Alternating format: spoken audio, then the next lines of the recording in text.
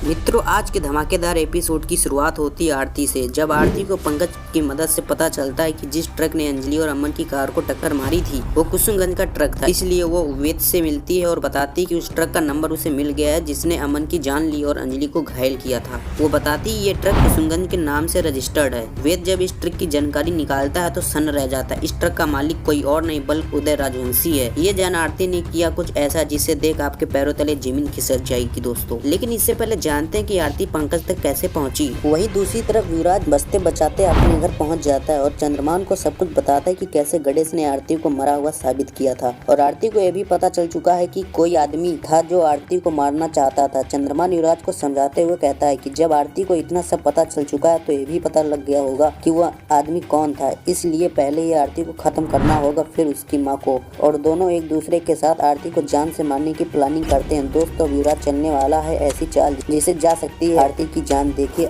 आगे वीडियो में। अगले सीन में पुलिस स्टेशन में एक कांस्टेबल पंकज से कहता है, सर आरती सिंह राजपूत आपसे मिलने आई है। पंकज कहता है उसे अंदर भेजो। जैसे ही आरती अंदर जाती है पंकज कुछ पल उसे देखता है और कहता है तुम्हें देखकर ऐसा लगता है जैसे अंजलि फिर से लौट आई हो। और आरती बताती है कि उसने अंजलि की केस फाइल में उनका नाम देखा था। पंकज उसे कॉफी ऑफर करता है लेकिन आरती कॉफी छोड़ सीधा सवाल करती है, आपको अमन की मौत के बारे में कुछ पता है? पंकज बताता है अमन और अंजलि कार में थे तभी एक ट्रक ने टक्कर मार दी। आरती पूछती है क्या ट्रक का नंबर याद है? पंकज जवाब देता है ट्रक उत्तर प्रदेश के कुसुमगंज के इलाके से था। ये सुनकर आरती हैरान रह जाती है और निकल पड़ती कुसुमगंज के लिए। वहाँ होगा कुछ ऐसा जिसे देख आपके होश उड़ जाएंगे। तभी आरती को कॉल आता है। दूसरी तरफ एक बुजुर्ग महिला की आवाज आती है, मैं निवेदिता बोल रही हूँ, तुम्हारी दादी। गौरव और साया भी मेरे साथ हैं, हम तुमसे बात करना चाहते हैं। वो वीडियो कॉल करती है। वीडियो कॉल पर गौरव, साया और निवेदिता आरती को देखकर दंग रह जाते हैं। गौरव कहता है अगर मैं तुमसे पहले मिलता तो तुम्हें अंजलि समझ बैठता। आरती कहती है मैं अंजलि की ही बेटी हूँ।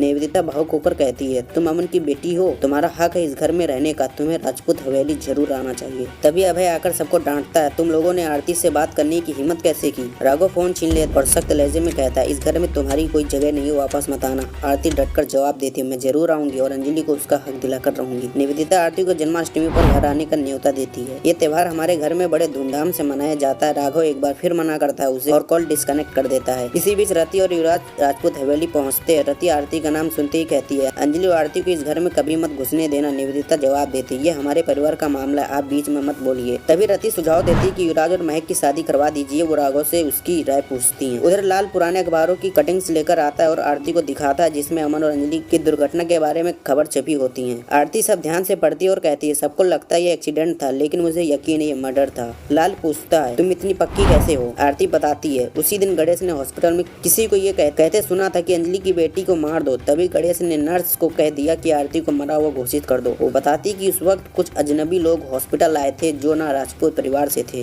और ना अंजलि के जानने वाले। लाल ये सब सुनकर चौंक जाता है। एपिसोड समाप्त होता है लेकिन अगले एपिसोड में होगा धमाका। आरती वेद से मिलती और बताती कि उस ट्रक का नंबर मिल गया जिसने अमन की जान ली और अंजलि को घायल किया था। वो बताती ये ट्रक कुसुमगंज के नाम से रजिस्टर्ड है। वेद जब इस ट्रक की जानकारी निकालता तो सन्न रह जाता। इस ट्रक का मालिक कोई और नहीं बल्कि उदय राजवंशी है। अब आरती और उदय के बीच छिड़ चुका है करारा युद्ध और क्या आरती युवराज की चाल से बच पाएगी?